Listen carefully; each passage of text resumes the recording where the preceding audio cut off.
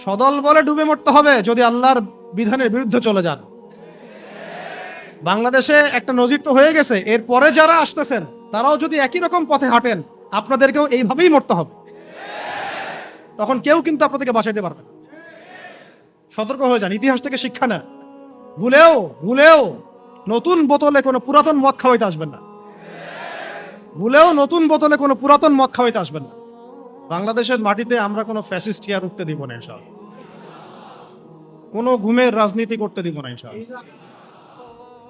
মানে মাঝে মাঝে তো আমার মনে হয় যে এইভাবে বলি যে কেউ যদি এবার গুম করতে আসে, আমরা পাল্টা প্রতিবাদ করে দেখাই দিব কিভাবে গুমকে প্রতিহত করতে হবে।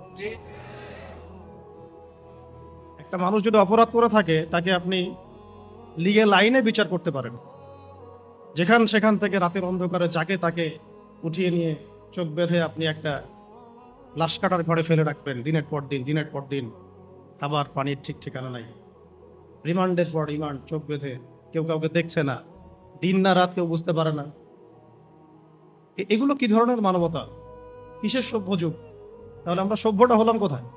এগুলো তো আপনারা তো ইসলামকে গালি দেন তথাকথিত সুশীলরা, যে ওটা মধ্যযুগীয় বর্বরতা ইত্যাদি ইত্যাদি, নাউযুবিল্লাহ।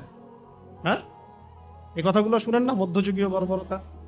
যখন আমরা বলি যে কোরআনের মধ্যে হাত কাটার বিধান আছে, চোরের হাত কাটার বিধান আছে, কোরআনের মধ্যে ব্যভিচার করলে 100টা বেত্রাঘাতের বিধান আছে, বিবাহিত ব্যক্তি যদি ব্যভিচার করে রজমের বিধান আছে, হত্যার বদলে হত্যা আছে, তেসাস মানে চোখের বদলে চোখ, কানের বদলে কান, হাতের বদলে হাত, দাঁতের বদলে দাঁত, জানের বদলে জান।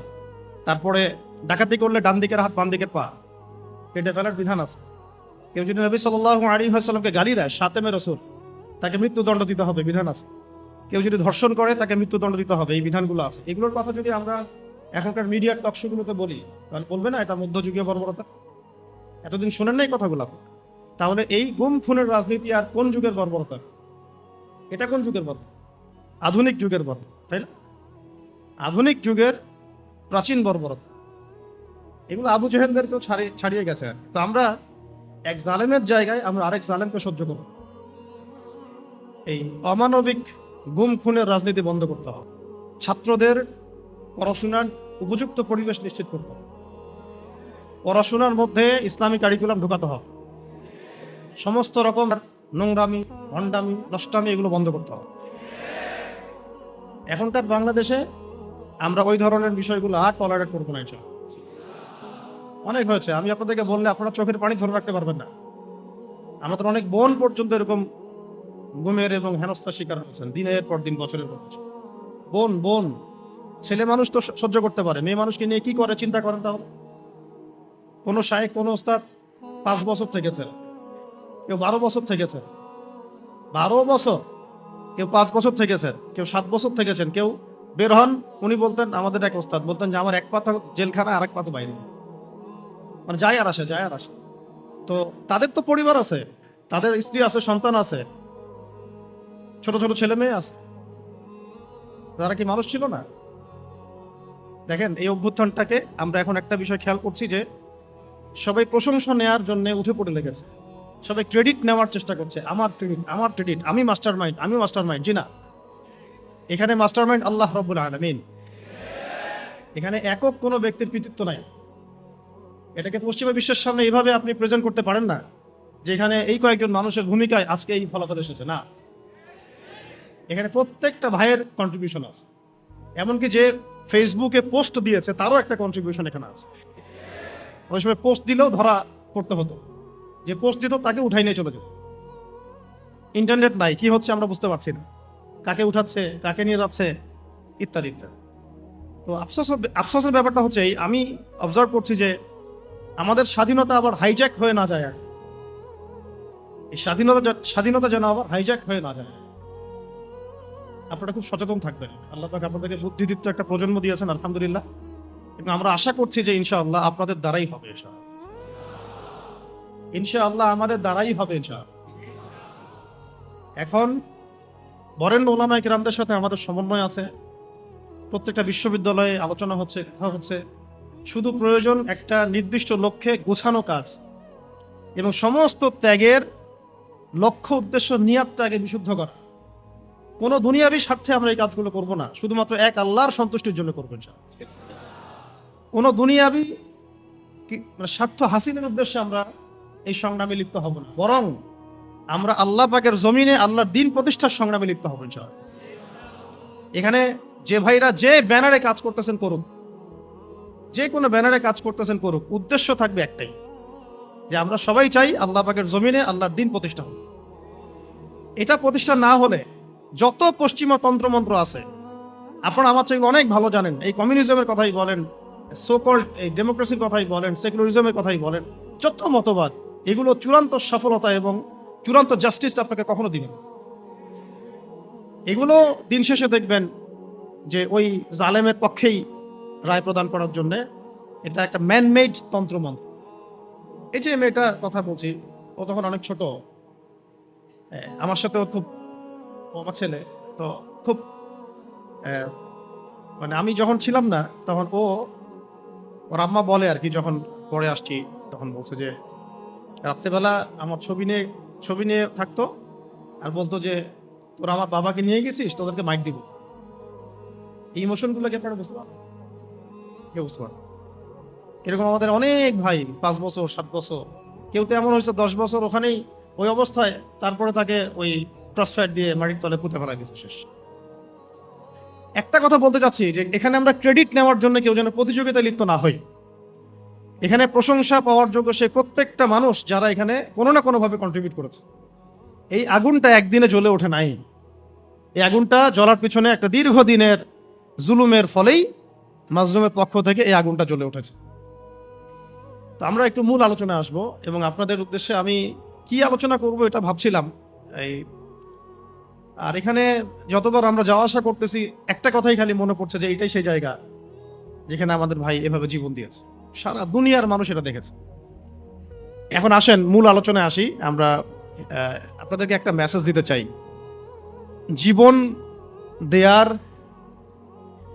ইতিহাস, একটা কথা খুব চর্চিত হচ্ছে যে আমাদের ভাই আবু সাঈদ রাহিমাহুল্লাহ তিনি একটা মহাকাব্য রচনা করেছেন। এই কথাটা কিন্তু বিশ্ব প্রেক্ষাপটে বলা হয়েছে না? কিন্তু এইরকম মহাকাব্য পবিত্র কোরআনে এবং হাদিসে এবং নবী সাল্লাল্লাহু আলাইহি ওয়াসাল্লামের সিরাতে এরকম অগণিত মহাকাব্যের ঘটনা আছে। কিন্তু আমাদের কথা বলার উদ্দেশ্য হচ্ছে এই জীবন বিসর্জন যেন বিফলে না চলে যায়, তার জন্য বিফলে না, বরং এই জাতির জন্য যেন বিফলে না চলে যায়। কেউ যেন আমাদের ভাইদের রক্তের উপর সিঁড়ি বানিয়ে তার স্বার্থ উদ্ধারের মঞ্চ তৈরি করতে না পারে।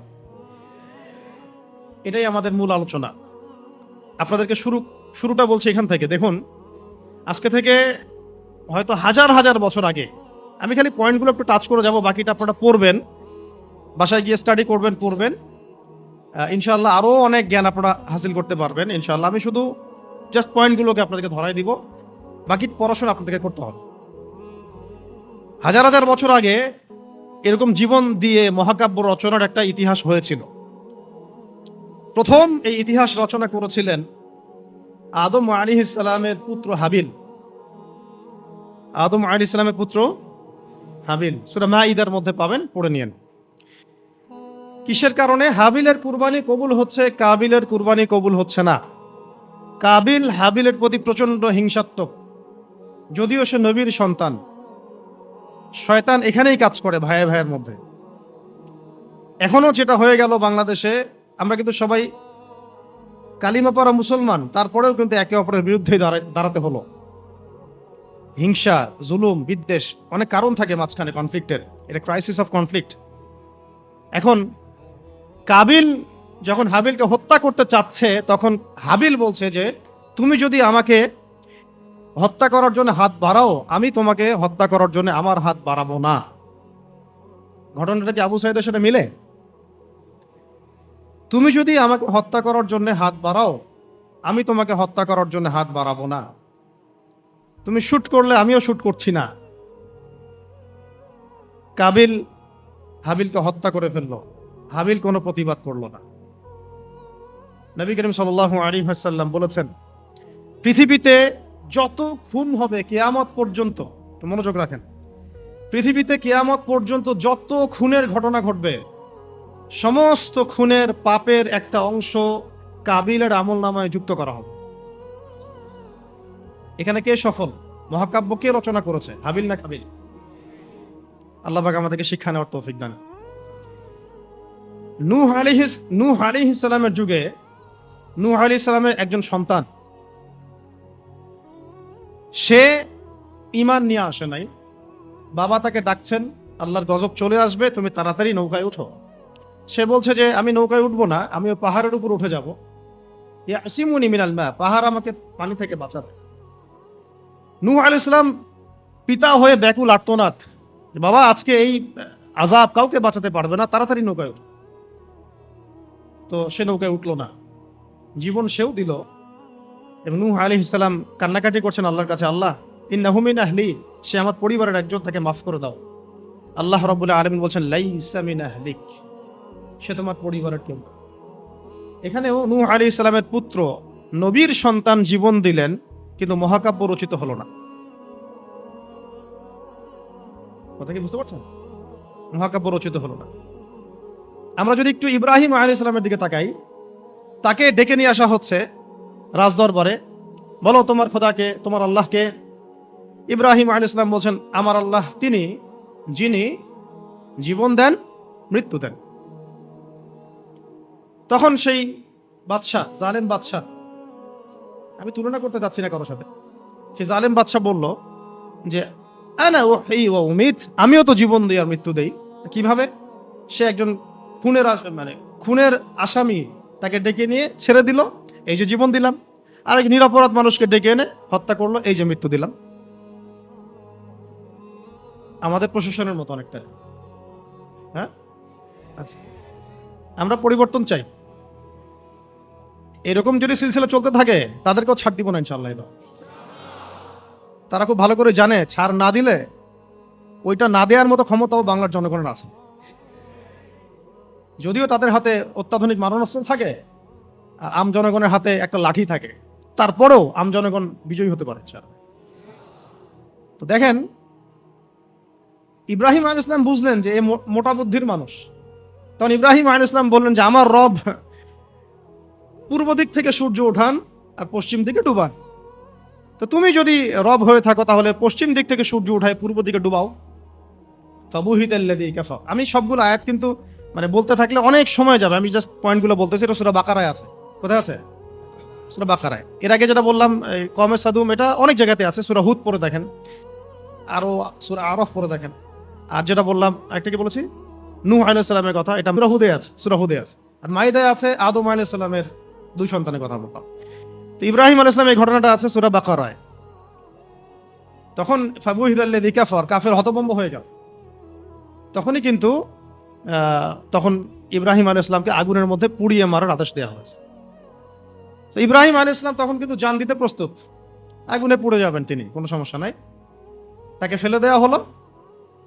জিবরাইল আলাইহিস সালাম তখন এসেছেন, বলেছেন যে আপনার কোন হাজত আছে কি আমার কাছে, প্রয়োজন আছে? তিনি বলেছেন না, হাসবি আল্লাহ ওয়া নি'মাল ওয়াকিল, হাসবি আল্লাহ ওয়া নি'মাল ওয়াকিল। আমরা এই জিকিরটা চলতে ফিরতে সবসময় করতে পারি। এক বচনে হচ্ছে হাসবি আল্লাহ ওয়া নি'মাল ওয়াকিল, বহু বচনে হাসবুন আল্লাহ ওয়া নি'মাল ওয়াকিল। আর একটা অংশ অ্যাড করা যায় নি'মাল মাওলা ওয়া নি'মান নাসির। তখন আল্লাহ রাব্বুল আলামিন তখন এই আগুনকে বললেন ইয়া নার কুনি বারদান ওয়া সালামান আলা ইব্রাহিম, হে আগুন ঠান্ডা হয়ে যাও, শান্তিদায়ক ঠান্ডা হয়ে যাও ইব্রাহিমের জন্য। সুবহানাল্লাহ। তো এখানে মহাকাব্য রচিত হলো। তার সন্তান ইসমাঈল আলাইহিস সালাম ছোট্ট বালক, হয়তো এই ছেলেটার সমান হবে 10-12 বছর, ডেকে নিয়ে এসে বলছেন বাবা ইন্নী আরা ফিল মানামি আন্নী আযবাহুক, আমি স্বপ্নে দেখেছি যে আমি তোমাকে জবাই করছি। ফানজুর মাযা তারা, তোমার রায় কি আমাকে বলো, তোমার কি খেয়াল? সূরা সাফফাতের মধ্যে আছে, সূরা ইয়াসিনের পরে সূরা। তখন এই 12 বছরের সন্তান বলছে, 12-14 বছরের সন্তান ইসমাঈল আলাইহিস সালাম বলছেন যেমন মা তেমন সন্তান, কারণ তার মাকে আগে রেখে আসা হয়েছে জনমানবশূন্য জায়গায়। ইব্রাহিম আলাইহিস সালাম চলে যাচ্ছেন আর তিনি জিজ্ঞাসা করছেন যে আপনি কি আল্লাহর হুকুমে রেখে যাচ্ছেন আমাদেরকে এরকম একটা বিরান জায়গায়, খাবার নাই, পানি নাই, কিছুই নাই? ইব্রাহিম আলাইহিস সালাম বলছেন হ্যাঁ। তখন তার মা বলেছিলেন, ইসমাঈল আলাইহিস সালামের মা বলেছিলেন যে তাহলে আল্লাহ আমাদেরকে ধ্বংস করবেন না ইনশাআল্লাহ। ওই যে জামজাম, এখনো সেই জামজাম চলছে। আপনার কোনো রোগ আছে, সেই জামজামের পানি ওই শেফার নিয়াতে পান করেন, শেফা হয়ে যাবে ইনশাআল্লাহ। জামজাম এখনো চলতেছে। ওই যে সাই, সাফা থেকে মারওয়া, মারওয়া থেকে সাফা, সাফা থেকে মারওয়া, মারওয়া থেকে সাফা, এটা আপনি না করলে আপনার হজ উমরা কিছুই হচ্ছে না। সুবহানাল্লাহ। ওই বাইতুল্লাহ এখনো। তো সেই সন্তান বলছে, ইয়া আবাতি, হে আমার বাবা, ইফআল মা তুমার, আপনাকে আল্লাহ পাক যা আদেশ করেছেন তাই করেন। সাতাজিদুনি ইনশাআল্লাহু মিনাস সাবিরিন, ইনশাআল্লাহ আপনি আমাকে ধৈর্যশীল পাবেন। মায়ের সন্তান, মা হাজেরার সন্তান। এখানে ছুরি চালানো হচ্ছে, কিন্তু গর্দান কাটছে না। জান্নাতি এক প্রাণী চলে আসলো, তাকে কুরবানি করা হলো, তাই না? সেই কুরবানির স্মৃতি আমরা এখনো ঈদুল আজহায় সেটাই করছি, হজে সেটাই করছি, কিয়ামত পর্যন্ত সেটা চলতে থাকবে। এখানে জীবন দেওয়ার প্রত্যয়টা মহাকাব্যে পরিণত হয়েছে, হয় নাই? আমি বুঝাতে যাচ্ছি যে আমরা আমাদের জান মাল ইজ্জত সময় শ্রম যে বিলিয়ে দিব, দিন শেষে কোনো মহাকাব্য রচিত হয় নাকি আমরা এটা শুধু একটা স্রেফ দুনিয়াবি একটা ঘটনায় পরিণত হয়, এটার পার্থক্য যেন বুঝতে পারেন। বুঝতে পারছেন? না হলে কিন্তু অনেক সময় দেখা যাবে আমাদের ভালো প্রচেষ্টাও ইনভেইন হয়ে গেছে। আল্লাহ না করুক, আল্লাহ না করুক। সূরা ইউসুফ পড়েন, ওখানেও দেখবেন ভাইয়েরা ষড়যন্ত্র করে ভাইকে কুয়ায় ফেলে দিল, নির্দোষ নিরপরাধ। যেমন নির্দোষ নিরপরাধ বহু মানুষকে তুলে নিয়ে আয়না ঘরে ফেলে দিয়েছেন। একেবারে নির্দোষ, একেবারে নিরপরাধ, না কারো ডানে আছে না কারো বামে আছে। কিছু মানুষ অনলাইনে ভাইব সৃষ্টি করে দিল যে ওরা হচ্ছে জঙ্গি, ওরা হচ্ছে খারেজি, ওরা হচ্ছে উগ্রবাদী, ওরা হচ্ছে কি আদনানি গোষ্ঠী। হ্যাঁ, এইসব শব্দ আসছে না? এই মানুষগুলোর জন্য আমাদেরকে হ্যারাসমেন্টটা পোহাতে হচ্ছে। এখানে আমি বলি না যে সরাসরি তাগুত দায়ী, ওদের তো একটা সিলসিলা আছেই, যারা এই কয়েকটা ওয়ার্ড ইউজ করে ওদেরকে ট্রেস করা। যেমন ইসলাম কায়েম, আল্লাহর জমিন আল্লাহর দিন কায়েম, ইসলামী শরিয়া প্রতিষ্ঠা, খেলাফত প্রতিষ্ঠা, দাওয়াতের সাথে জিহাদ, এই যে কিছু ট্রেসিং ওয়ার্ড আছে আর কি। তারা মনে করে এই ওয়ার্ডসগুলো যারা ইউজ করে তারা মনে হয় এলিয়েন, তারা ইসলামের কিছুই বুঝে না, আমরাই সব বুঝি। এরা হচ্ছে একটা নতুন ইসলাম শিখাচ্ছে নাকি, এটা নাকি একটা উগ্রবাদী ইসলাম, নাউযুবিল্লাহ। আর যে শব্দগুলা নবী সাল্লাল্লাহু আলাইহি ওয়াসাল্লাম আমল করে দেখান নাই। নবী সাল্লাল্লাহু আলাইহি ওয়াসাল্লাম আল্লাহর জমিন আল্লাহর দিন কায়েম করেন নাই, তিনি দাওয়াতের সাথে জিহাদ করেন নাই, তিনি কি ইসলামী খিলাফা কায়েম করেন নাই? হ্যাঁ, তিনি কি কাফের মুশরিকদের সাথে এই বদর উহুদ খন্দকে ছিলেন না? তিনি কি শাহাদাতের তামান্না মানুষের মধ্যে ঢুকান নাই, জাগ্রত করেন নাই? দেখেন বাংলাদেশে এই যে কনফ্লিক্টটা হলো, এটাও তো একটা কনফ্লিক্ট হয়েছে, তাই না? এখানে আমাদের ভাইরা যেমন জীবনও দিয়েছে, তাদের পক্ষের কিছু ভাই কি মারা যায় নাই? তারা কি ছাত্র জনতার হাতে মরে নাই? বলেন। দেখেন গণতান্ত্রিক ভাষায় এটাকে নিয়ে কিন্তু কেউ সমালোচনা করতেছে। কিন্তু এটাই যদি আমরা বলতাম যে সিরাতের আলোকে নবী সাল্লাল্লাহু আলাইহি ওয়াসাল্লাম দাওয়াতও দিয়েছেন, ক্ষেত্র বিশেষে জিহাদও করেছেন, তখন আমাদেরকে উঠাই নিয়ে চলবে। সেম কিছু। আপনি তো কনফ্লিক্টেই গেলেন, এখানেও তো মারলেন, এখানেও মরলেন। আমরা বলছি না যে এই মুসলিম কান্ট্রিতে, বাংলাদেশের এই চলমান প্রেক্ষাপটে, এই কান্ট্রিতে ওই রকম সশস্ত্র জিহাদের প্রেক্ষাপট তৈরি হয়েছে, এটা আমরা বলবো না, বললে ভুল হবে। এরকম প্রেক্ষাপট বাংলাদেশে এখনো তৈরি হয় নাই, হ্যাঁ, যদি কোনো কুফার আমাদেরকে অ্যাটাক করে তখন তৈরি হবে, ঠিক আছে? আমরা চাচ্ছি না এটার জন্য কেউ প্রত্যাশী থাকুক, এটাও ঠিক না। কিন্তু বাংলাদেশে ওই প্রেক্ষাপট তৈরি হয়নি। কিন্তু সিরাতের পুরো বিষয়টা মানুষের মধ্যে জানা দরকার আছে না নাই? যেমন বাংলাদেশের মানুষ নামাজ শব্দ চিনে, রোজা শব্দ চিনে, হজ যাকাত এতটুকু চিনে, কিন্তু এরা শরিয়া আইন বুঝে না, খিলাফা বুঝে না, দাওয়াত জিহাদ এগুলো বুঝে না, তাই না? আমর বিল মারুফ নাহি আনিল মুনকার অনেকে বুঝে না, পূর্ণাঙ্গ ইসলাম ইকামতে দিন এটা তারা বুঝে না। কিন্তু নামাজ শব্দ তারা পরিচিত, চোরের হাত কাটতে হবে এটা তারা পরিচিত। আর কিছু মানুষ আছে যারা শরিয়া চায় না এই কারণেই যে শরিয়া যদি বাস্তবায়িত হয় তাহলে তারাই ব্যক্তি জীবনে পাপ করতে পারবে না, এই জন্য তারা শরিয়া চায়। সে তো নিজেই চোর, সে তো চাইবে না যে হাত কাটার বিধান চালু হোক, নিজেই দুর্নীতিবাজ, ও তো চাবে না যে এটা চালু হোক। এই আর কি, সবাই জেনা করতে চাচ্ছে, সবাই সুদ খেতে চাচ্ছে, তাহলে এগুলো চালু হলে তো সমস্যা। আল্লাহ পাক আমাদের সবাইকে বোঝার তৌফিক দান করেন। ইসলাম বুঝতে হবে কোরআনের আলোকে, সুন্নাহর আলোকে, নবীর সিরাতের আলোকে, সাহাবায়ে কেরামের বুঝের আলোকে। এমনকি পরবর্তী কোনো মানুষের ব্যক্তিগত কোনো বুঝের আলোকে ইসলাম বুঝতে চলবে না। কথা ঠিক আছে? এখন আসেন, ওই অনেক ভিতরে চলে যাচ্ছি আবার। এই ইউসুফ আলাইহিস সালামকে গর্তে ফেলছে কি ভাইরা না? তারপরে তিনি আল্লাহ পাক তাকে সম্মানিত করে রাজ দরবারে নিয়ে যান নাই? রাজ দরবারে যাওয়ার আগে তাকে 12 বছর জেল খাটতে হয়েছে। কত বছর? কোনো অপরাধ ছিল তার? মেয়েরা, কিছু মেয়ে তার সাথে খারাপ কাজ করতে চাচ্ছিল, তাই না? তাই না?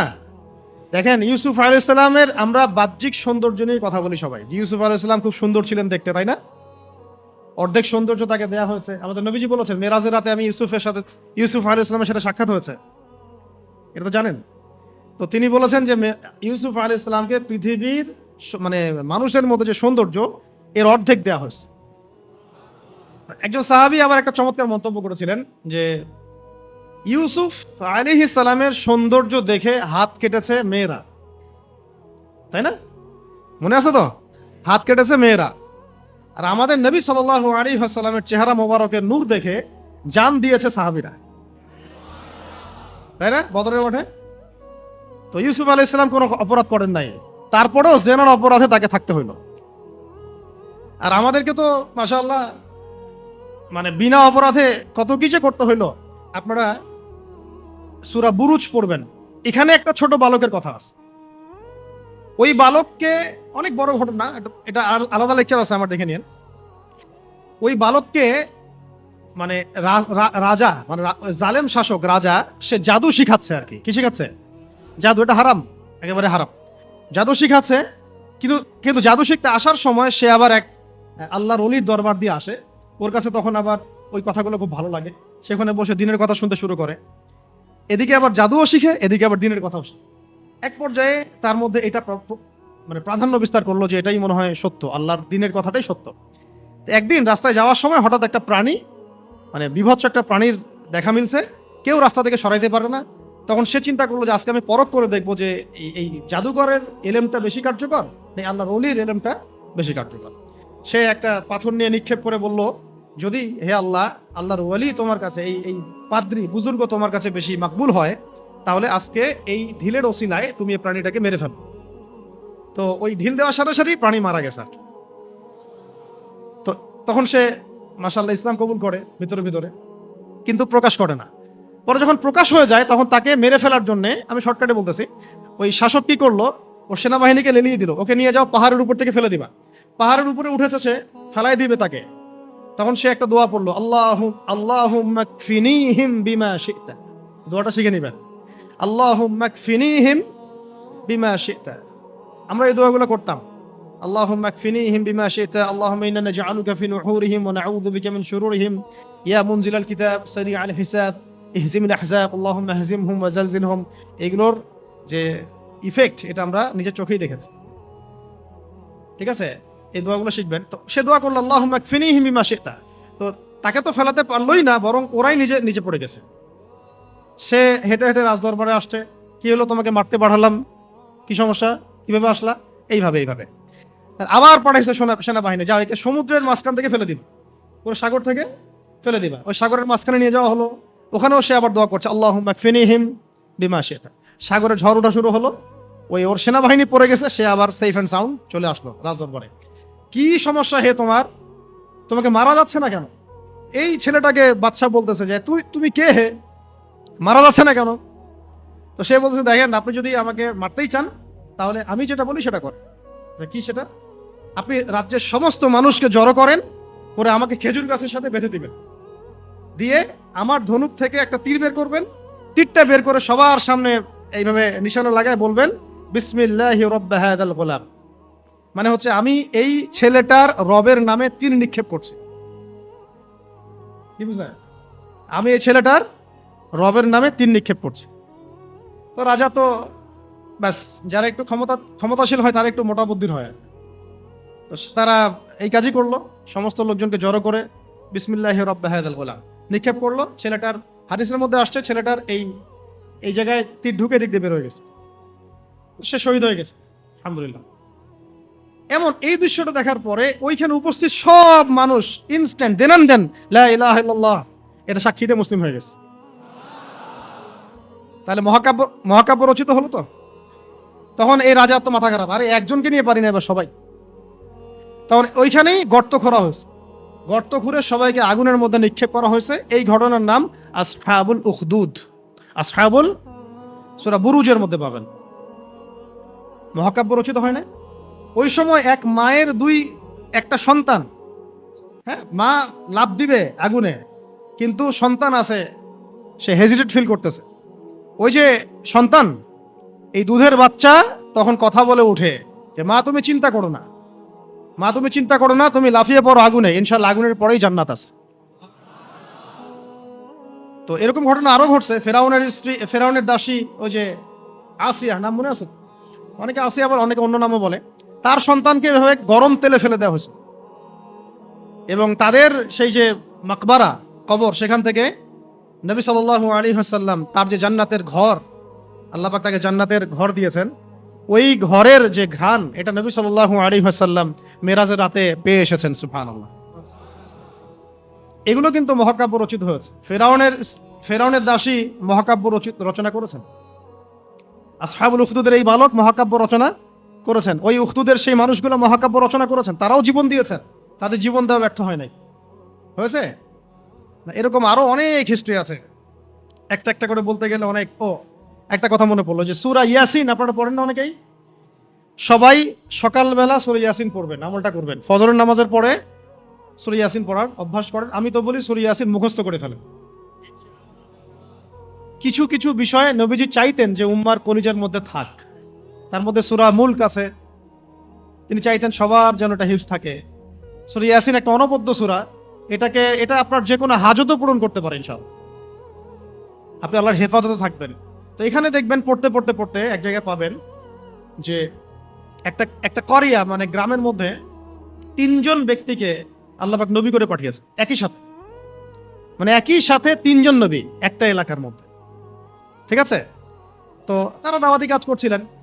তো দাওয়াত অনেকে, বেশিরভাগই কবুল করছিল না, কিন্তু দূর থেকে একজন লোক দৌড়ে আসছে ইসলাম কবুল করার জন্য, বা সে আগে হয়তো কবুল করেছিল, দৌড়ে এসে কওমকে বলছে যে হ্যাঁ আমার কওম এই রাসূলদের অনুসরণ, তারা তোমাদের কাছে কোনো আজর চাচ্ছে না, রাসূলের অনুসরণ করো। তো এই ব্যক্তির নাম হচ্ছে হাবিবে নাজ্জার। হাবিবে নাজ্জার, এটা নিয়ে আমার আলাদা লেকচার আছে, ওইখানে সবগুলো আয়াতগুলো ব্যাখ্যা করেছে, এই জন্য এখানে বললাম না। শর্ট করে বলতেছে, হাবিবে নাজ্জারকে তারা হত্যা করে, এবং তাকে হত্যা করার পরপরই, মানে সাথে সাথেই আল্লাহ রাব্বুল আলামিন তাকে জান্নাতে তার থাকার জায়গা দেখায় দেয়, এবং সে বলে যে ইয়া লাইতা কওমি ইয়ালামুন, হায় আমার কওম যদি জানতো যে আজকে আমি কত সফল। হয়তো আমাদের শহীদ ভাইরা এই কথাই বলতেছে যে আমাদের কওম যদি জানতো যে আজকে আমরা কত সফল। তো এই হাবিবে নাজ্জারের জীবন দেয়াটা কিন্তু মহাকাব্যে পরিণত হয়েছে। আসহাবুল কাহফও জীবন না দিলেও তারাও কিন্তু তাদের পুরো সভ্যতা থেকে বেরিয়ে গিয়েছিলেন। একটা শিরকে পরিপূর্ণ সভ্যতা, জুলুমের পরিপূর্ণ সভ্যতা থেকে তারা বেরিয়ে গিয়েছিলেন। আল্লাহ পাক তাদেরকে 309 বছর ঘুম পাড়িয়ে রেখেছে। এখান থেকে আমরা বুঝি যে আপনি যদি আল্লাহর প্রতি পূর্ণ তাওয়াক্কুল করেন, ঈমান আনেন, আল্লাহ পাক ঘুমের মধ্যেও আপনাকে সাহায্য করতে পারেন। তারা ঘুমিয়েছিল যখন, আল্লাহ রাব্বুল আলামিন ফেরেশতাদেরকে দিয়ে তাদের পাশ পরিবর্তন করিয়েছেন, ডান থেকে বামে, বাম থেকে ডানে। ঘুমিয়ে থাকলে আল্লাহ পাক আপনাকে ফেরেশতা দিয়েও সাহায্য করতে পারেন যদি আপনি হকের উপরে থাকেন। তারাও কিন্তু জীবন বিসর্জন দিল, এটা কিন্তু মহাকাব্যে পরিণত হয়েছে। শুধু মহাকাব্য না, তাদেরকে যখন 309 বছর পর জাগ্রত করা হয়, তখন এমন একটা সম্প্রদায়ের উপর জাগ্রত করা হয়েছে যেই সম্প্রদায় আল্লাহকে বিশ্বাস করতো, কিন্তু পরকালে রিজারেকশন যেটা হবে, পুনরুত্থান, এইটাতে বিশ্বাস করতো না। 309 বছর আগের এই কয়েকজন মানুষকে দিয়ে আল্লাহ পাক 309 বছর পরের একটা সভ্যতাকে হেদায়েত দিয়ে দিয়েছে। তাহলে মহাকাব্য রচিত হয় নাই? আল্লাহ আমাদেরকে বোঝার তৌফিক দান। নবী মুসা আলাইহিস সালাম ফেরাউনের যে কবল, এখান থেকে নাজাত দেওয়ার জন্য মুসা আলাইহিস সালামকে আল্লাহ পাক পাঠান নাই? তার ভাই হারুন আলাইহিস সালাম তার সাথে ছিলেন। দেখেন, ফেরাউন কিন্তু জানতো, তাকে ভবিষ্যৎবাণী করা হয়েছিল একজন বালকের জন্ম হচ্ছে শীঘ্রই, তোমার রাজপ্রাসাদ একদম কাঁপাই দিবে। কিন্তু তখন কিন্তু সে কি শুরু করলো? সব ছোট ছোট বাচ্চাদেরকে হত্যা করা শুরু। ইউযাব্বিহুনা আবনাআকুম, বলেন আরেকটা কি? ওয়াইয়াস্তাহইয়ুনা নিসাআকুম। পড়তে হবে, পড়াশোনা করতে হবে ভাই, যেন আমরা একটা টাচ করলে শব্দ আপনি বুঝতে পারেন কোন সূরায় আছে। কোরআনকে আপনার মেইন সাবজেক্ট করতে হবে। দাবি তুলেন যে কোরআনের শিক্ষা মানে কোরআন সাবজেক্টটাকে প্রত্যেক বিশ্ববিদ্যালয়ে ম্যান্ডেটরি করা হোক, কোরআনের আলাদা ফ্যাকাল্টি খোলা হোক, সিরাত সিরাত এবং অ্যাটলিস্ট হাদিস, উসুলের কথা নাই বা বললাম, অ্যাটলিস্ট হাদিস সিরাত ইসলামের ইতিহাসের পাশাপাশি প্রত্যেকটা বিশ্ববিদ্যালয়ে আলাদা ফ্যাকাল্টি খুলে খুলে পড়ানোর ব্যবস্থা করা হোক। আমরা শুধুমাত্র একমুখী শিক্ষা চাই না, আমরা শিক্ষা ব্যবস্থার মধ্যে সংস্কার চাই এবং দ্বিমুখী শিক্ষার এই যে মেরুকরণ এর সমন্বয় চাই। অন্যথায় দেখবেন সংগ্রাম ঠিকই করতেছেন, এদিকে আবার মেয়ে নিয়ে ডেটিংও করবেন, কি লাভটা হলো বলেন আমাকে? এখানে তো জেনা করতেছেন, সংগ্রাম হচ্ছে কিন্তু এদিকে নামাজ পড়তেছে না। বুঝতে পারেন কথা? সংগ্রামে আপনি আছেন, বিপ্লবে আছেন, অভ্যুত্থানে আছেন, নামাজে নাই, হ্যাঁ, কোরআনের তিলাওয়াতে নাই, দার্সে নাই, তাহলে ওইটা দুনিয়াবি একটা বিপ্লব হবে। আপনার চেতনার মধ্যে দুনিয়া দুনিয়া দুনিয়া থাকবে, কিন্তু আখেরাতের কোনো চেতনা থাকবে না। আমি এখান থেকে আস্তে আস্তে এখন শেষের দিকে আসতেছি, আপনাদেরকে দেখাবো কিছু মানুষের রচিত মহাকাব্য যারা দুনিয়ার উদ্দেশ্যে মহাকাব্য রচনা করেন নাই, শুধুমাত্র এক আল্লাহকে রাজি খুশি করার জন্য করেছেন এবং কিয়ামত পর্যন্ত মানুষ তাদেরকে মনে রাখে। এতক্ষণ যেগুলো বললাম সেগুলো তো কোরআনিক অনেক মানে নবীদের ঘটনা থেকে বললাম এবং কিছু কিছু ভিতরের ঘটনা থেকে বললাম। এই পার্টটা একটু মনোযোগ দিবেন। তার আগে আমি মুসা আলাইহিস সালামের কথা শেষ করে নেই। মুসা আলাইহিস সালামকে হত্যার চেষ্টা করা হয়েছিল, তার মা তাকে সিন্ধুকে ভাসিয়ে দিয়েছিলেন, মনে আছে? ফেরাউনের স্ত্রী সে ওই সিন্ধুক থেকে বাচ্চা নিয়ে মুসা আলাইহিস সালামকে নিয়ে ফেরাউনের ঘরে ঢুকলো। যেই বাচ্চাকে মারার জন্য এতগুলো বাচ্চাকে ফেরাউন হত্যা করলো, সেই বাচ্চাকে বড় করলেন আল্লাহ রাব্বুল আলামিন সেই ফেরাউনের বাসায়।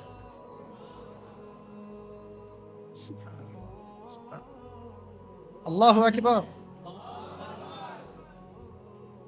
বাংলাদেশ এটাও দেখলো যে গুটি কয়েক মানুষকে একেবারে সমূলে মিটিয়ে ফেলার জন্য এত কিছু করলেন, ওই মানুষগুলো আপনাদেরকে দেশ ছাড়তে বাধ্য করবে।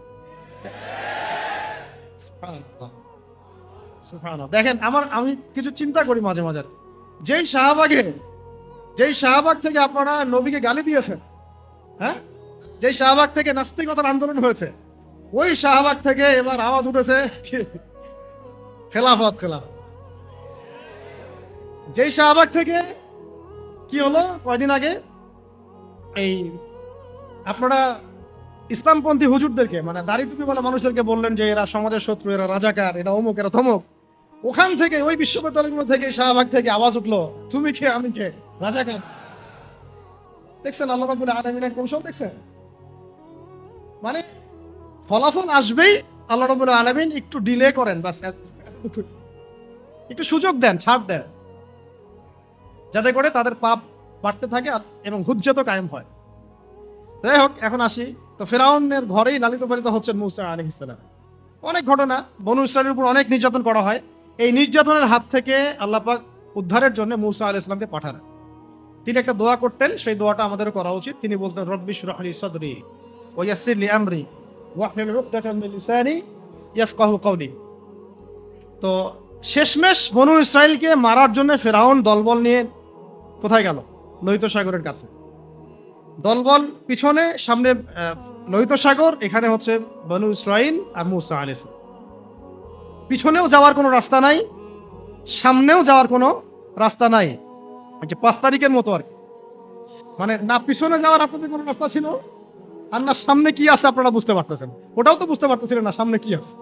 এবার যদি মানে আল্লাহ পাক কোনো রাস্তা না খুলেন, তাহলে হয় সাগরে ডুবে মরতে হবে, না হলে বনু ইসরাইল এই ফেরাউনের হাতে মারা যাবে, দলবলের হাতে।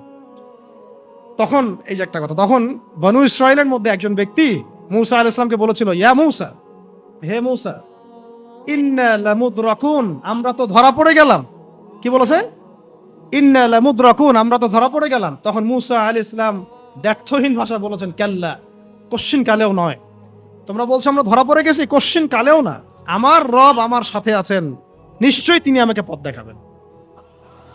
বলার সাথে সাথেই মুসা আলাইহিস সালামের কাছে ওহী আসলো, লাঠিটা ছুঁড়ে মারেন। লাঠি ছুঁড়ে মারলেন, এই লোহিত সাগর চিরে 12টা রাস্তা হয়ে গেল। তাই লোহিত সাগর আমরাও সফর করছি, গেলে বুঝতে পারবেন যে কিভাবে সম্ভব এখানে এইভাবে রাস্তা হওয়া। সুবহানাল্লাহ। এভাবে আল্লাহ পাক একটা মাজলুম সম্প্রদায়কে মুক্তি দিলেন, আর পুরা ফেরাউনের দলবলকে ওইখানেই ডুবাই মারলেন। মারেন নাই? সদল বলে ডুবে মরতে হবে যদি আল্লাহর বিধানের বিরুদ্ধে চলে যান। বাংলাদেশে একটা নজির তো হয়ে গেছে, এরপরে যারা আসতেছেন তারাও যদি একই রকম পথে হাঁটেন আপনাদেরকেও এইভাবেই মরতে হবে। তখন কেউ কিন্তু আপনাদেরকে বাঁচাইতে পারবে না। সতর্ক হয়ে যান, ইতিহাস থেকে শিক্ষা নেন। ভুলেও নতুন বোতলে কোনো পুরাতন মদ খাওয়াইতে আসবেন না। ভুলেও নতুন বোতলে কোনো পুরাতন মদ খাওয়াইতে আসবেন না। আমরা কোরআন থেকে শিখবো, হাদিস থেকে শিখবো, নবীর সুন্নাহ থেকে শিখবো, সিরাত থেকে শিখবো। বাংলাদেশের মানুষ আমরা যারা ইসলামপন্থী, আমরা কেউ উগ্রবাদী নই, আমরাও কেউই জঙ্গিবাদী কর্মকাণ্ডে লিপ্ত নই, আমরা কেউ কোনো সন্ত্রাসী কর্মকাণ্ডে লিপ্ত নই। এই পশ্চিমাদের শেখানো তন্ত্রমন্ত্রগুলো বাদ দেন। হ্যাঁ, আমরা শুধু এতটুকু চাই আল্লাহ পাকের জমিনে পুরো ইসলামটাকে আপনারা বাস্তবায়ন করেন। আমরা কি বলেছি ব্যাংকিং সিস্টেম বাদ দিয়ে দেন? বলেছি ব্যাংকিং সিস্টেমটাকে সুদমুক্ত করেন। আমরা কি বলেছি পলিটিক্যাল সিস্টেম এগুলো সব সরাই দেন? আমরা বলেছি এখান থেকে জুলুম সরাই দেন। আমরা বলেছি শিক্ষা ব্যবস্থার যে ইসলাম বিরোধী শিক্ষাগুলা সেগুলো বন্ধ করে দেন। এই কাজগুলো করলে কি আমাদের জাতি পিছায় যাবে না লাগাবে? তো এটা তো আমাদের স্বাধীনতা। আমরা ইসলাম বাই বার্থ ইসলাম পেয়েছি, এদেশের সংখ্যাগরিষ্ঠ মানুষ মুসলিম, এটা আমাদের প্রাণের দাবি। ইসলাম কেন্দ্রিক জীবন গড়ব ইনশাআল্লাহ। এবং আমরা বাংলাদেশে কোনো অমুসলিমের সাথে আমাদের কোনো কনফ্লিক্ট নাই, তারা তাদের ধর্ম তাদের মতো করে পালন করবে। আমরা না উগ্রবাদী, আর আমরা না সন্ত্রাসী, আর আমরা না চরমপন্থী। আমরা শৈথিল্যতাবাদীও নই, আবার আমরা চরমপন্থীও নই, আমরা মধ্যমপন্থী। আমরা না কোনো এগ্রেসিভ কোনো অ্যাকশনে যাব, আর না আমরা এইসব বিষয়ে শিথিলতা আরোপ করব। আমরা মধ্যমপন্থী থাকবো, দাওয়াতের কাজ করব, তাবলীগের মেহনত করব, সৎ কাজে আদেশ করব, অসৎ কাজ নিষেধ করব, নিজেরা দিন পালন করব, পড়াশোনা করব, আমল করব, তাজকিয়া অর্জন করব, ওলামা একরামদের সাথে সম্পর্ক রাখবো, এবং একটা ঐক্যবদ্ধ জাতি হিসেবে আমরা ইসলাম নিয়ে এগিয়ে যাবো ইনশাআল্লাহ। হ্যাঁ, যদি আমাদের দিকে চোখ তুলে তাকাতে আসেন তখন খবর খারাপ আছে ইনশাআল্লাহ। যদি চিন্তা করেন যে পার্বত্য অঞ্চল ভাগ করে আরেকটা দেশ বানাবো, তখন আমাদের অবস্থা দেখে নেবেন ইনশাআল্লাহ। যদি চিন্তা করেন যে আমরা এখানে চাপ দিয়ে হ্যাঁ বাংলাদেশকে কয়েক টুকরা করে ফেলাবো, এরকম যদি কোনো চিন্তা থাকে, তাহলে বাঙালি এবং বাঙালি মুসলমানদের আসল চরিত্র দেখে নেবেন ইনশাআল্লাহ। সহ্য করতেছি আমরা এখন এগুলো, কিন্তু আমরা দায়িত্বশীল ভাইদেরকে বলবো, আপনারাই কিন্তু সামনের লিডার। আপনাদেরকে বলবো যে বুদ্ধিদীপ্ত হন, রাসূল সাল্লাল্লাহু আলাইহি ওয়াসাল্লামের সুন্নাত অনুযায়ী আপনি আগান। এর চেয়ে শ্রেষ্ঠ কোনো সুন্নাত পৃথিবীতে নাই। এসব আব্রাহাম লিঙ্কনের সুন্নাত, ওই মাও সেতুংয়ের সুন্নাত, আর মুসলিনের সুন্নাত, আর এই যে চেঙ্গিস খানের সুন্নাত, হ্যাঁ, এইসব সুন্নাত দিয়ে কোনো কাজ নাই। আল্লাহ পাক আমাদেরকে নবী মুহাম্মদ সাল্লাল্লাহু আলাইহি ওয়াসাল্লামের সুন্নাত বোঝার তৌফিক দান করেন। তিনি যেভাবে দিন প্রতিষ্ঠা করেছেন ওই পথে আগানোর তৌফিক দান করেন। শেষের অংশটুকু আমি অল্প সময় শেষ করছি। আমি আমাদের উম্মতের, মানে এই উম্মতের কয়েকজন বলতে থাকলে 100 জনের কথা বলা যাবে, দেখি কয়টা বলা যায়। জাস্ট কয়েকজন বীর পুরুষ এবং বীরঙ্গনা নারীর রচিত মহাকাব্যের কথা আপনাদেরকে বলবো। আগ্রহ আছে না নাই এখন শোনা? আচ্ছা, একটা বিষয় আমাদের সামনে স্পষ্ট যে আমরা মুসলিম পরিবারে জন্মগ্রহণ করেছি। আমাদের রব একজন, আমাদের নবী একজন, আমাদের আসমানি কিতাব একদম ফাইনাল টেস্টিমেন্ট, এর কোনো ব্যত্যয় নাই, সংযোজন বিয়োজনের কোনো সুযোগ নাই। সুন্নতে স্পষ্ট, নবীর তরিকা স্পষ্ট, দিন ইসলামও পরিপূর্ণ। নাকি দিন ইসলামে কিছু আছে কিছু নাই, এমন কি বিষয়টা?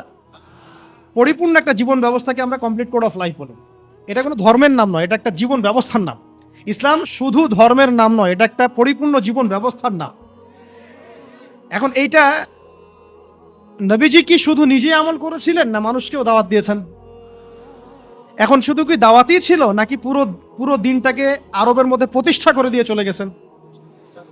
এখন দিন প্রতিষ্ঠা করাটা কি তাহলে ইবাদত কিনা? মানে ইবাদত করতে গেলে অনেক সময় অনেক রকম সুরতে আমাদের কাজ করতে হবে। কখনো সবর করতে হবে, কখনো দাওয়াত দিতে হবে, কখনো হয়তো হিজরতের বিষয় আছে, কখনো কি বলবো দাওয়াতের সাথে জিহাদের ব্যাপার জড়িত থাকতে পারে, কখনো দেখা যাবে পররাষ্ট্রনীতি অ্যাপ্লাই করতে হচ্ছে, কখনো সন্ধি করতে হচ্ছে। সিরাতের মধ্যে কিন্তু সবই আছে।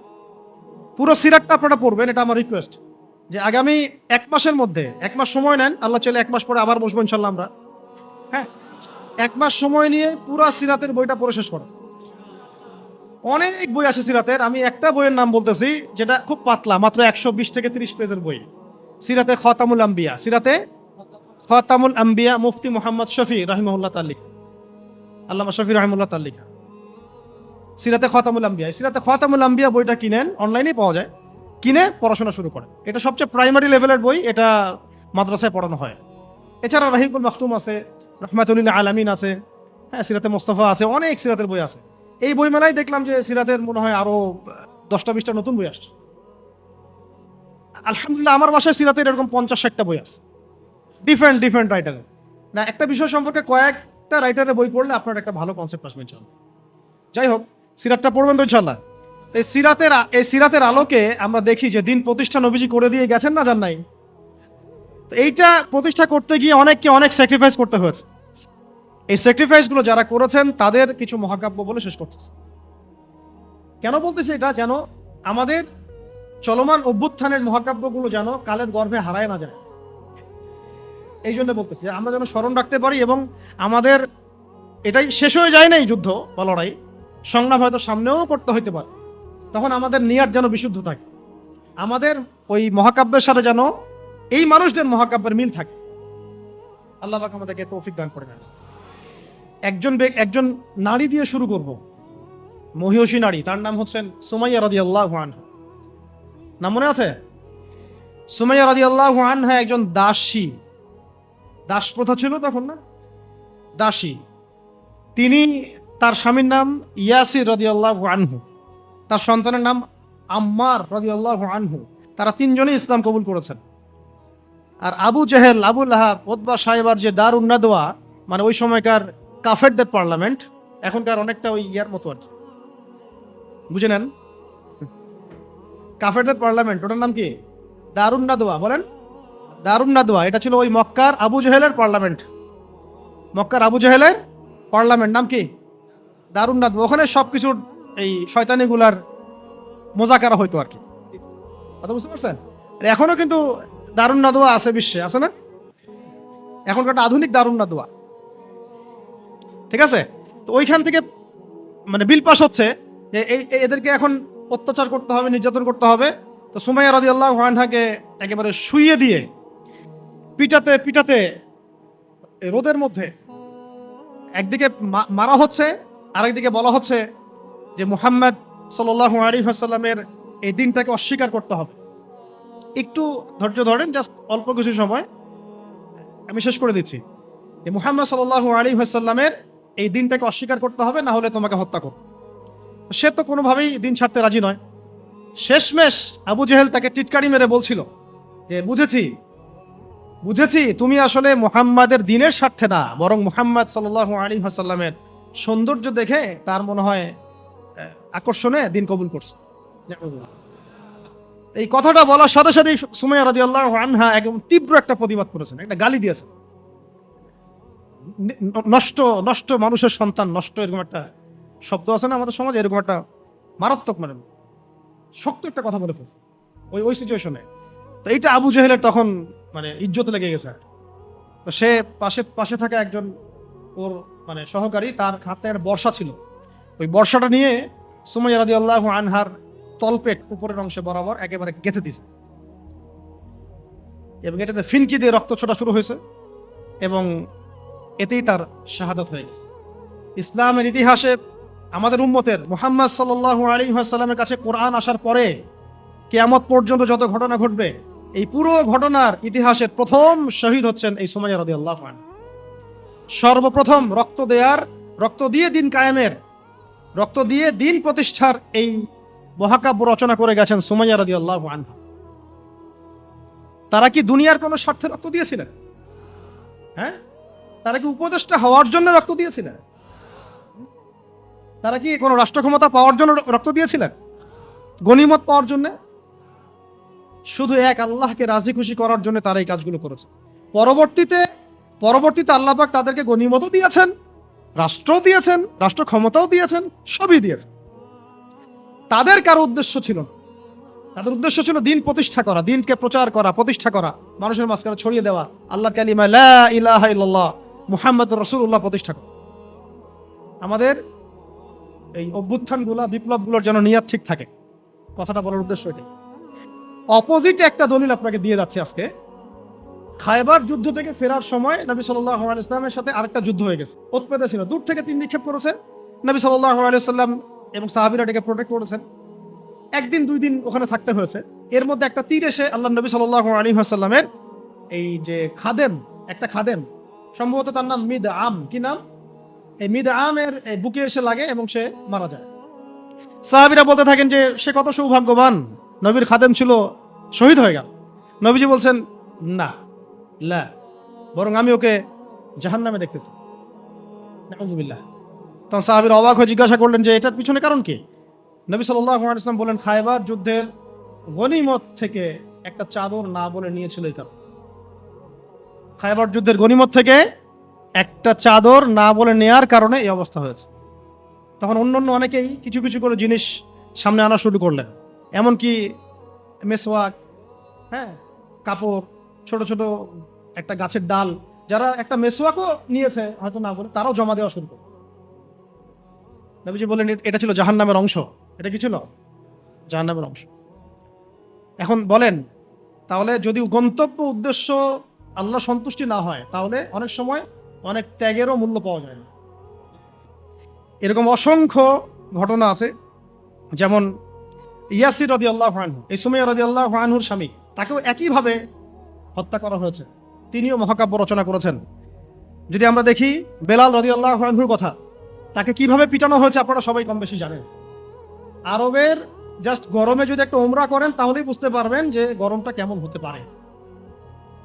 কয়েকদিন আমাদেরকে রাস্তায় নামাজ পড়তে হয়েছে, এত ভিড় ছিল, ওখানে সেজদা দেওয়ার মতো কোনো পরিবেশ থাকে না, এত এত মানে গরম। ওখানে দাঁড়িয়ে থাকলে আপনার পায়ে মনে ফসকা পড়বে। ওখানে একটা মানুষকে সারাদিন শুইয়ে রাখা হলে উত্তপ্ত বালুর মধ্যে, উপরে যদি পাথর চাপা দেওয়া হয়, আর সে তখনও বলতে থাকছে আহাদুন আহাদ, আল্লাহ এক, আল্লাহ এক, তাহলে তার ইমানের জজবা চিন্তা করো। এই জীবন মহাকাব্য রচনা করেছে। এই জন্য বেলাল রাদিয়াল্লাহু আনহু সেই ব্যক্তি যিনি মক্কা বিজয়ের পরে কাবা ঘরের ছাদে উঠে আজান দিয়েছেন। সুবহানাল্লাহ, চিন্তা করা যায়। তিনি সেই ব্যক্তি যার কথা নবী সাল্লাল্লাহু আলাইহি ওয়াসাল্লাম যখন আলোচনা করতেন তখন বলতেন যে বেলাল, যখনই আল্লাহ আমাকে জান্নাত দেখান তখন তোমার পায়ের আওয়াজ আমি আগে আগে শুনতে পারি। তুমি কি এমন আমল করো? তিনি বলছেন, আমি তো এক্সট্রা এমন কোনো আমল করি না, তবে যখনই আমার ওযু ছুটে যায় তখন আমি আবার ওযু করি এবং সেই ওযু দিয়ে আমি 2 রাকাত নামাজ পড়ি, তাহিয়াতুল ওযু। এটা আমরা আমল করার চেষ্টা করবো। আল্লাহ পাক আমাকে তৌফিক দান করেন, আপনাদেরকে তৌফিক দান করেন।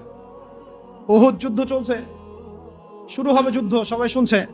ঠিক সেই সময় একজন সাহাবী হানজালা রাদিয়াল্লাহু আনহু সত্য বিয়ে করেছে, যুদ্ধের ডাক এসেছে, চলে গেছে এবং যুদ্ধ করতে করতে তিনি শহীদ হয়েছে। যুদ্ধের পরে তার লাশটাকে দেখা গেল যে সেই লাশটা মাটি থেকে শূন্যে ভেসে আছে এবং লাশ থেকে পানি ঝরে পড়তেছে। নবীজি বললেন যে সাল্লাল্লাহু আলাইহি ওয়াসাল্লাম যে ফেরেশতারা তাকে গোসল দিচ্ছে। সুবহানাল্লাহ, এটাও মহাকাব্য, এগুলো মহাকাব্য, রচনা করে যাওয়া মহাকাব্য।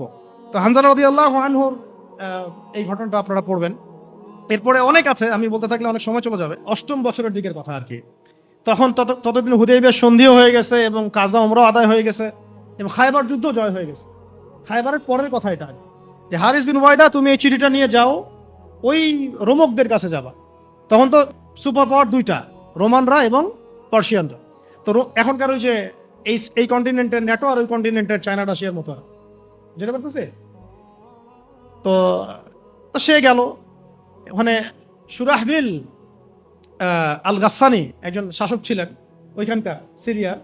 তো সে ওই চিঠিটা দেখে বলতেছে যে আচ্ছা ঠিক আছে, বসো, দেখি কি করা যায়। চিঠিতে লিখা আছে ইসলাম কবুল করেন, আল্লাহ পাক শান্তি বর্ষণ করবেন, আসলিম তাসলিম। যে নবী সাল্লাল্লাহু আলাইহি ওয়াসাল্লাম চিঠি আছে না একটা রাষ্ট্রপ্রধানদের কাছে, সে চিঠি ওই উদ্ধত আচরণ। আমি এখানকার আমির, আমাকে ওই মক্কার মেষপালকরা চিঠি পাঠায়। কে চিঠি নিয়ে আসছে? যে হারিস বিন উবাইদা। আচ্ছা, ওকে বসাও। হারিস বিন উবাইদা রাদিয়াল্লাহু আনহুকে রাষ্ট্রদূত, কিন্তু তিনি রাষ্ট্রদূতকে তারা নির্মমভাবে হত্যা করলো। কথা বুঝতে পারছেন? এবার নবী সাল্লাল্লাহু আলাইহি ওয়াসাল্লামের কাছে খবর যখন আসছে রাষ্ট্রদূতকে হত্যা করেছে। আমার সাহাবীকে, কয়জন সাহাবীকে হত্যা করেছে? 10 জন, 20 জন, 100 জন? একজন সাহাবীকে হত্যা করার প্রতিশোধ নেওয়ার জন্য নবী সাল্লাল্লাহু আলাইহি ওয়াসাল্লাম 3000 বাহিনীর একটা জিহাদি কাফেলা তৈরি করলেন। 3000 বাহিনী কাফেলায় তিনি নিজে নেতৃত্ব না দিয়ে বললেন যে এই কাফেলার নেতৃত্ব দিবে আমার প্রিয় ভাজন, তাকে তার পালক পুত্র বলা হতো এক সময়, যায়েদ ইবনে হারেসা রাদিয়াল্লাহু আনহু। কোন যায়েদ? তায়েফের সফরের সঙ্গী, তায়েফের সফরে একজন সাহাবী তার সাথে ছিলেন, তার নাম যায়েদ ইবনে হারেসা। যখন তায়েফবাসী নবীজিকে মারছিলেন, যায়েদ ইবনে হারেসা রাদিয়াল্লাহু আনহু তার বুক দিয়ে নবীকে জড়ায় ধরেছিলেন যে আমার গায়ে আঘাত লাগুক, তার গায়ে না লাগুক। এই সাহাবী যায়েদ ইবনে হারেসা রাদিয়াল্লাহু আনহু। তাকে পতাকা দিয়ে বললেন, এই মোতার যুদ্ধের আমির হচ্ছে যায়েদ ইবনে হারেসা। যদি যায়েদ ইবনে হারেসা শহীদ হয় তাহলে পতাকা বহন করবে জাফর ইবনে আবি তালেব, আমার চাচাতো ভাই। কোন জাফর? যিনি আবিসিনিয়ায় গিয়েছিলেন মুসলিমদেরকে নিয়ে হিজরত করতে, মনে আছে? যিনি বাদশাহ নাজাশির সামনে কুরআন তেলাওয়াত করার, সূরা মারিয়াম তেলাওয়াত করার কারণে বাদশাহ নাজাশির চোখ দিয়ে দরদর করে পানি পড়তে শুরু করেছে। ওই বাদশাহ নাজাশিও পরে ইসলাম কবুল করেছে, আলহামদুলিল্লাহ। জাফর রাদিয়াল্লাহু আনহু পতাকা বহন করবে যদি যায়েদ ইবনে হারেসা শহীদ হয়। এরপরে যদি জাফরও শহীদ হয়, পতাকা বহন করবে আমার আরেক প্রিয় ভাজন সাহাবী আব্দুল্লাহ বিন রাওয়াহা রাদিয়াল্লাহু আনহু। আব্দুল্লাহ বিন রাওয়াহা রাদিয়াল্লাহু আনহু, যাকে যে কোনো মুহূর্তে যদি বলতেন ইসলাম নিয়ে একটা শের বলেন, একটা কবিতা বলেন, ইনস্ট্যান্ট তিনি শের বলে ফেলতে পারতেন। এত সুন্দর, এত উন্নত কাব্য প্রতিভা ছিল তার মধ্যে। এই নষ্ট সংস্কৃতি না, তাদের সংস্কৃতি ছিল একেবারে খাঁটি তাওহীদের সংস্কৃতি। এমনকি কাবা তাওয়াফ করছেন যিনি, তখন কাবা তাওয়াফ করছেন বিদায় কাজা উমরা আদায় করার সময় নবীর সামনে সামনে তিনি ঘুরছেন এবং আবৃত্তি করছিলেন একটা কবিতা কাফেরদেরকে আঘাত করার জন্য। এই কাফেররা দেখো, তোমরা যাকে বের করে দিয়েছিলে তিনি আজকে সসম্মানে এখানে ঘুরতেছে। ওমর রাদিয়াল্লাহু আনহু বলছিলেন যে কাবা তাওয়াফ করার সময় তুমি এগুলো বলছো? নবীজি বললেন ওকে ছেড়ে দাও, সে এমন এমন বাক্য তিলাওয়াত করতেছে, মানে এমন বাক্য সে চয়ন করেছে যেগুলো কাফের অন্তরে বর্ষার চাইতেও বেশি বিদ্ধ হচ্ছে, তাকে বলতে দাও। এই হলো আব্দুল্লাহ বিন রাওয়াহা রাদিয়াল্লাহু আনহু, নবীজির অত্যন্ত প্রিয় ভাজন সাহাবী। আব্দুল্লাহ বিন রাওয়াহা যদি শহীদ হয় তাহলে তোমরা তোমাদের মধ্য থেকে একজনকে আমির নিযুক্ত করে নিও। সাহাবীরা বুঝে ফেললেন এই সফরে আমরা তিনজনই শহীদ হতে যাচ্ছি, কারণ একটা সফরে কখনো তিনজন আমিরের প্রয়োজন হয় না, হয় না।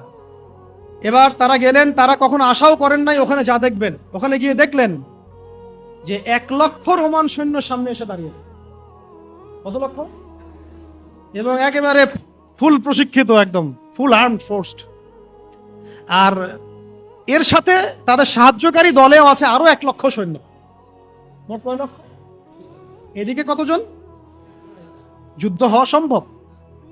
আসলে কি সম্ভব? সম্ভব না। যুদ্ধ কিন্তু সম্ভব না। আমরা তো আগে সংখ্যা গরিষ্ঠ হওয়ার কথা চিন্তা করি। কোন যুদ্ধে ইসলাম সংখ্যা গরিষ্ঠতা দিয়ে জিতে নাই। ইসলাম জিতেছে ঈমানের বদৌলতে, শুধু ঈমানের বদৌলতে। আমরা সংখ্যা দিয়ে কখনো বিজয় লাভ করতে পারি নাই। এখন এবার সাহাবীরা মাশওয়ারা করতেছেন রাত্রেবেলা, আমরা কি করব? কালকে যুদ্ধ করব, নাকি মদিনায় ফিরে যাব, নাকি রাসূলকে খবর পাঠাবো, নাকি কোনো বিকল্প ফোর্স নিয়ে আসার ব্যবস্থা করব, কি করব?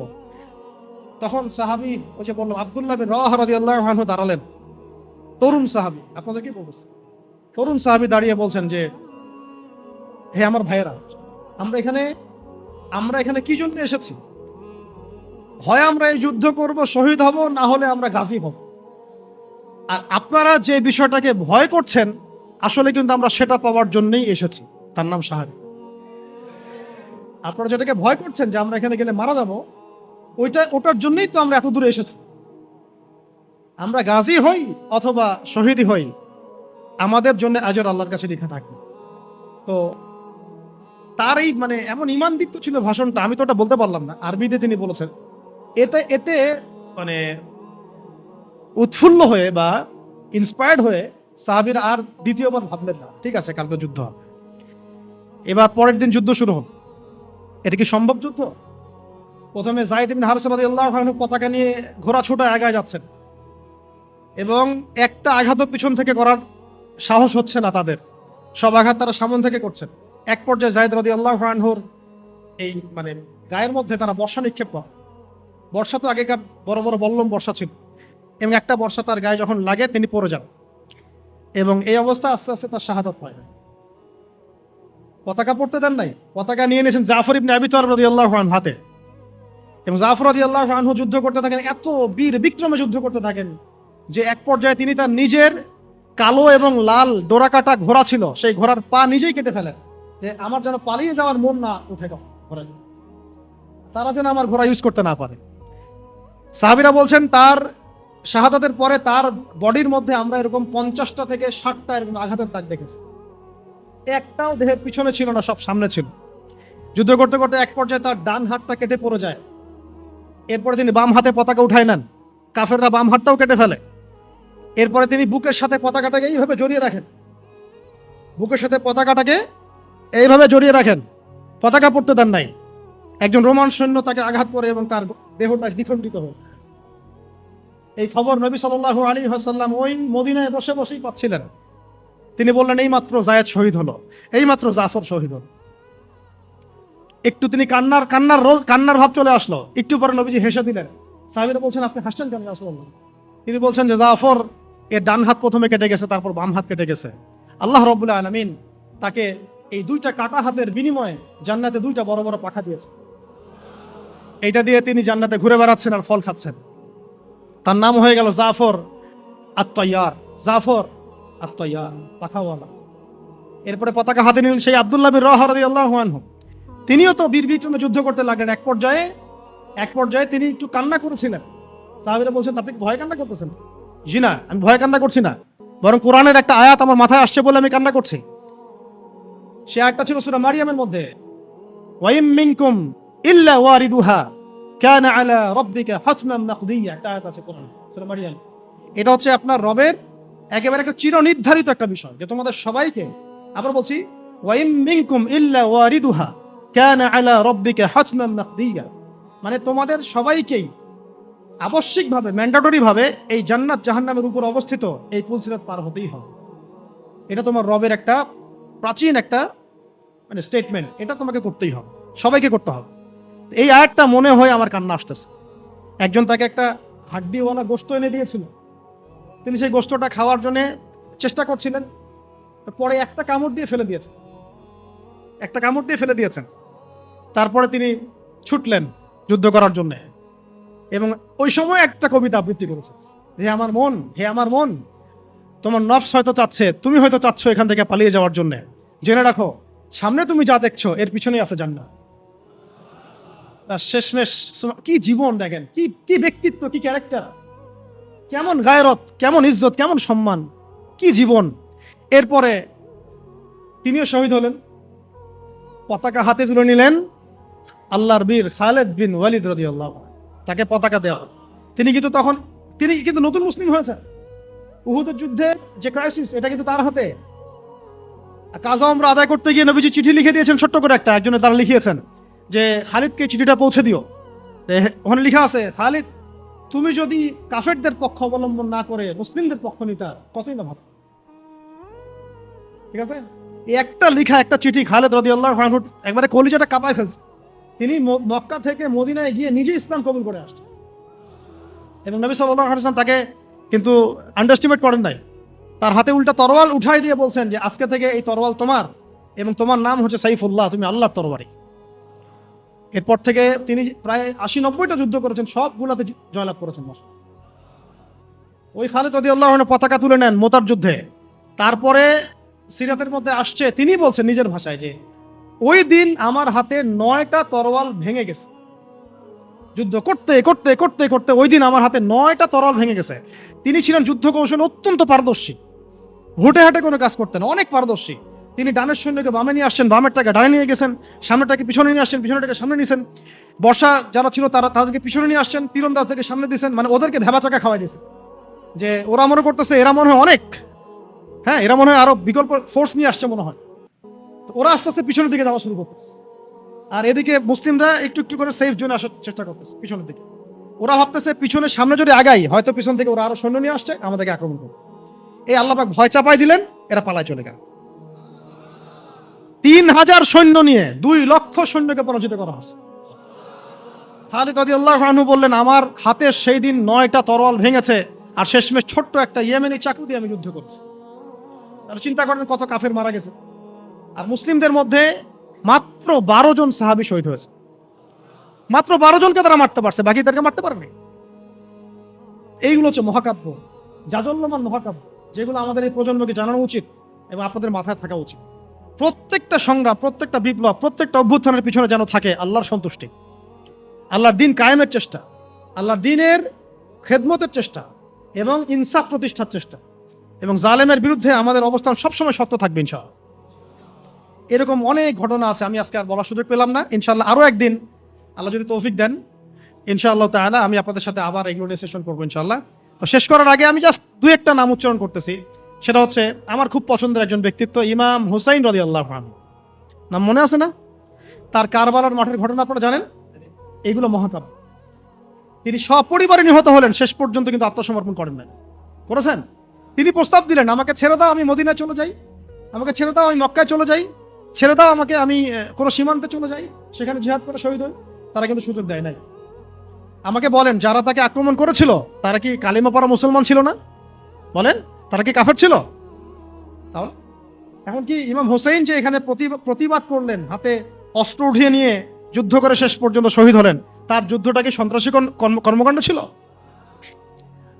ঠিক অনেকে আছে আমাদের সমাজে, তারা মনে করে যে মুসলিমরা যতই পাপ করুক না কেন ওদেরকে কিছুই বলা যাবে না। এমন একটা কনসেপ্ট আমাদের সমাজে আছে, মুসলিম তারে ভাই কালিমা পড়ছে, লা ইলাহা ইল্লাল্লাহ বলছে, তাকে আপনি কেন এইভাবে চার্জ করেন? আরে কালিমা তো আব্দুল্লাহ বিন উবাইও পড়েছিল। আব্দুল্লাহ বিন উবাই কি কালিমা পড়ে নাই? তাহলে কি আপনি তাকে মুমিন বলে গণ্য করবেন? মনে রাখবেন একটা কথা, যাকে তাকে কোনো ক্ষুদ্র বিষয়ে কাফেরও যেমন বলা যাবে না, আবার যাকে তাকে মুসলমানও বলা যাবে না। এটা বুঝতে হবে আমাদেরকে, ঈমান ভঙ্গের কারণগুলো আমাদেরকে শিখতে হবে। যে যাকে তাকে যেমন আমরা কাফের তাকফির করব না, ঠিক একইভাবে যাকে তাকে মুসলমান, পাক্কা মুসলমানও বলা যাবে না। আল্লাহ পাক আমাদেরকে বোঝার তৌফিক দান। ঠিক এইভাবেই উমর রাদিয়াল্লাহু আনহু একদিন ফজরের নামাজে দাঁড়িয়ে কিরাত করছেন, পিছনে এক দাস, এই ফাইরুজ আবু লুলু একেবারে ধারাল ছুরি দিয়ে উমর রাদিয়াল্লাহু আনহুকে 2-3টা আঘাত করলো। উমর রাদিয়াল্লাহু আনহু শহীদ হলেন। এগুলো মহাকাব্য রচিত হয়েছে, কারণ ইসলামের বীর সিংহদেরকে কেউ আসলে সামন থেকে মারতে পারে নাই। কথা বুঝতে পারছেন? ওইভাবেই চোরাগপ্তই মারতে হয়েছে। আল্লাহর কসম, উমর রাদিয়াল্লাহু আনহু যে জায়গায় শাহাদাত বরণ করছেন ওই জায়গায় আমি দাঁড়াইছি, আলহামদুলিল্লাহ। ওই জায়গাতে আমি দেখে আসছি কোন জায়গায় তাকে শাহাদাত বরণ করা হয়েছে। ওখানে ওইসব জায়গাগুলো জিয়ারা করলেও মনের মধ্যে এই চেতনাগুলো জাগ্রত। সুবহানাল্লাহ। আলী ইবনে আবি তালেব কুফার মসজিদে যাচ্ছেন, রাস্তায় এক ব্যক্তি তাকে চোরাগুপ্ত হামলা চালিয়ে তাকে হত্যা করেছে। আল্লাহর বীর সৈন্যদেরকে কেউ সামন থেকে আঘাত করার সুযোগ পায় না। তো এগুলো হচ্ছে মহাকাব্য, জাজল্যমান মহাকাব্য। আরেকজন ব্যক্তির কথা বলে শেষ করে দিচ্ছি, অনেক আছে ভাই, বলতে থাকলে অনেক সময় লাগবে। রাজি একটা জায়গার নাম, ওখান থেকে কিছু লোক আসছে, এসে বলছে, ইয়া রাসূলুল্লাহ, আপনি আপনার কিছু সাহাবীকে পাঠান, আমরা ইসলাম কবুল করবো। ট্র্যাপ। আপনারা কেউ ভালো করে খেয়াল রাখবেন এগুলা, যে কেউ যখন তখন যাই বলবে হ্যাঁ করতে যাবেন না। মানুষের কথার পিছনে, ওদের কাজের পিছনে উদ্দেশ্য বোঝার চেষ্টা করবেন, ঠিক আছে? সবসময় কিন্তু আবেগে ভাসতে হবে না। আমরা কিন্তু এই জায়গায় ভুল করতেছি, অনেক ভুল হচ্ছে মাঝখানে। আমরা বিনয়ের সাথেই তাদেরকে বলবো যে ওলামায়ে কেরামদের সাথে মাশওয়ারা করে সিদ্ধান্ত নিতে, তাহলে ইনশাআল্লাহ ভুলটা কম হবে ইনশাআল্লাহ, ঠিক আছে? তো নবীজি 10 জনকে পাঠালেন, তারা দাওয়াত তো কবুল করেই নাই, হঠাৎ রাজি নামক জায়গায় তাদেরকে ঘিরে ফেলে 3 নিক্ষেপ করে 10 জন সাহাবী 7 জনকে শহীদ করে ফেললো। ট্র্যাপে। মানে এমনও আছে যে ওয়াজ মাহফিলে ডেকে মানুষ অনেক আলেমদেরকে মানে খারাপ কিছু করে ফেলে, এরকম হিস্ট্রি আছে। তো সতর্ক থাকতে হবে, সতর্ক থাকার চেষ্টা কর। এখন 3 জন সাহাবী যুদ্ধ চালিয়ে যাচ্ছেন, তারপরেও তার মধ্যে একজন হচ্ছেন খুবাইব রাদিয়াল্লাহু আনহু। কি নাম বলেন? খুবাইব রাদিয়াল্লাহু আনহু। খুবাইব রাদিয়াল্লাহু আনহুকে এক পর্যায়ে মানে আর কতক্ষণ পারা যায়, 100 জন ঘিরে ফেলছে, আমরা 10 জন, 7 জন শহীদ হয়ে গেছে, 3 জন বাকি আছে, কতক্ষণ পারাস? তো তারা বললো যে তোমরা পাহাড় থেকে নেমে আসো, তোমাদেরকে ছেড়ে দিব। 3 জন মাশওয়ারা করছেন, না নামা যাবেন না, আমরা কিন্তু ওরা আমাদের ধরে ফেলবো।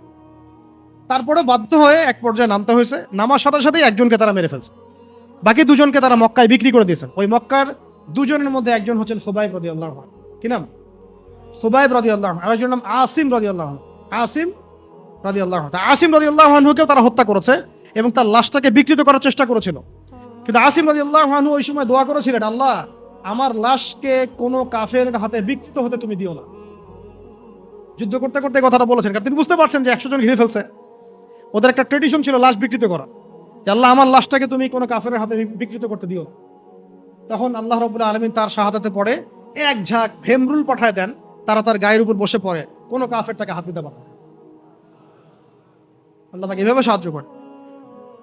তো প্রিয় ভাইয়েরা, অনেক আলোচনা হলো, করতে থাকলে সারা রাত চলে যাবে, একদিনে তো সব বলা যাবে না। তো ইনশাআল্লাহ আমরা প্রতি মাসে যদি একটা করে সেশন করতে পারি ইনশাআল্লাহ তাহলে আমার জন্য অনেক খুশি। আজকে আমরা যে বিষয়টার দিকে ফোকাস করার চেষ্টা করলাম যে মহাকাব্য রচনা করতে হবে আল্লাহর জন্য। মহাকাব্য শুধু আমরা এবারই প্রথম রচনা করি নাই, আমাদের এই বাপদাদা পূর্বপুরুষ একদম সলফে সালেহিনের যুগ থেকে শুরু করে চিরায়ত এই যে 1400 বছর ইতিহাস, বহু যুদ্ধ হয়েছে, বহু বিপ্লব, বহু সংগ্রাম, বহু গণ অভ্যুত্থান। কিন্তু যে অভ্যুত্থানগুলোর উদ্দেশ্য ছিল শুধু দুনিয়া, সেই অভ্যুত্থানগুলো কখনো দীর্ঘস্থায়ী হয় নাই। যে অভ্যুত্থানগুলোর উদ্দেশ্য ছিল, বিপ্লবগুলোর উদ্দেশ্য ছিল শুধুমাত্র দুনিয়ার স্বার্থ হাসিল করা, সেগুলো কোশ্চিন কালেও পরকালে কোনো আজর পাবে না। আর যে বিপ্লব, যে গণ অভ্যুত্থানগুলো শুধুমাত্র আল্লাহকে রাজি খুশি করার জন্যে, আল্লাহর দিনের জন্যে, তার নবীর জন্যে, ইসলাম প্রতিষ্ঠার জন্য কায়েম করা হয়েছে, সংগঠিত হয়েছে, শুধুমাত্র সেগুলোই দুনিয়াতেও সফল হয়েছে, পরকালও সফল হবে ইনশাআল্লাহ। এবং আমাদের এই ভাইদের ত্যাগগুলোকে আমরা যেন বিফলে যেতে না দেই। এই নতুন বাংলাদেশে তাদের যে মহাকাব্য, এগুলোকে যেন আমরা স্মরণ করে রাখি। এবং এই স্মরণীয় করে রাখতে হলে আমাদেরকে এই মানুষগুলোর মতো মহাকাব্য রচনা করতে হবে। আল্লাহ পাক আমাদের সবাইকে কথাগুলো বোঝার তৌফিক দান করেন।